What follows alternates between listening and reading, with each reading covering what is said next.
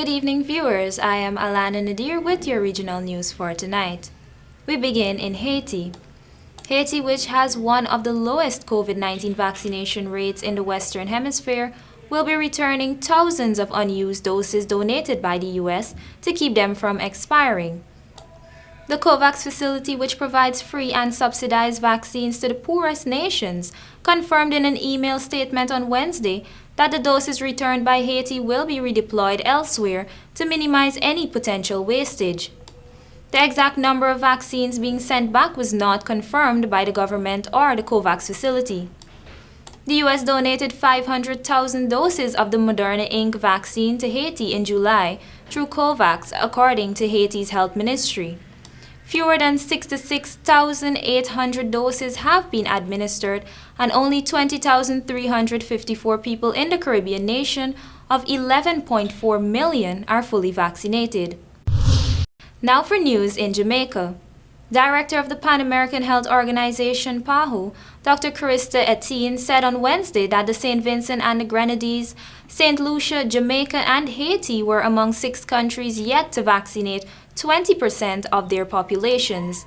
Etienne said though the 6 countries lagged, the rest of the area, Latin America, and the Caribbean was on track to reach the World Health Organization COVID-19 vaccination target of 40% before the end of the year. The PAHO director highlighted that while an overall vaccination rate in the Latin America and the Caribbean currently stands at 39%, in far too many places coverage is much lower. She added that as more vaccine doses are making their way to the region, countries must make the necessary preparations so that these doses can be used as quickly as possible. This remark comes as Jamaica faces the possibility of dumping approximately 260,000 doses of AstraZeneca vaccines if they are not administered by the end of this month. Another roughly 100,000 doses will expire on November 30th. In the past few days, PAHO worked to fast-track the delivery of 1.3 million vaccine doses donated by Spain, Germany, Canada, and the United States, which will be used to boost coverage in Honduras, Guyana, Argentina, and Jamaica. We now turn to see what's happening in Brazil. A Brazilian healthcare provider called Prevent Senior is accused of giving unproven drugs to COVID-19 patients and conducting experiments on elderly people without their relatives' consent. The allegations have been linked to deaths that families say could have been prevented. A Senate inquiry into the government's handling of the pandemic heard allegations that the company was trying to endorse unproven treatments associated with President Jair Bolsonaro, who has repeatedly dismissed COVID-19. Berna Morato, a lawyer representing 12 whistleblowers, told the inquiry that doctors were threatened and fired if they disagreed with the unproven drugs.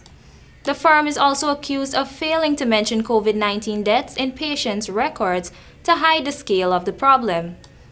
The company is under investigation by federal prosecutors, the police, and a separate inquiry by Sao Paulo state lawmakers. The case, which has caused outrage in the country, is mired in political controversy, with the federal government being blamed for lax rules on COVID-19 treatment. And finally, with news from St. Martin. Nightlife business owners will soon be able to keep their doors open much later in St. Martin. This follows a meeting with the Ministers of Tourism, Economic Affairs, Transportation and Telecommunications, and Public Health on protocols and business closing hours moving forward. During discussions, both ministers agreed to extend the hours of nightlife for businesses to 1 a.m.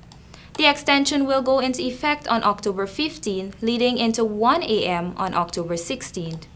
Strict inspections will be carried out by the inspectors prior to this date at the various establishments to ensure compliance with the health pass procedures. If this health measure proves to be an effective way of ensuring the health safety of nightlife patrons, both ministries will consider an additional extension of the nightlife hours. And that has brought us to the end of tonight's regional news. I am ALANA NADIR. Thank you for watching.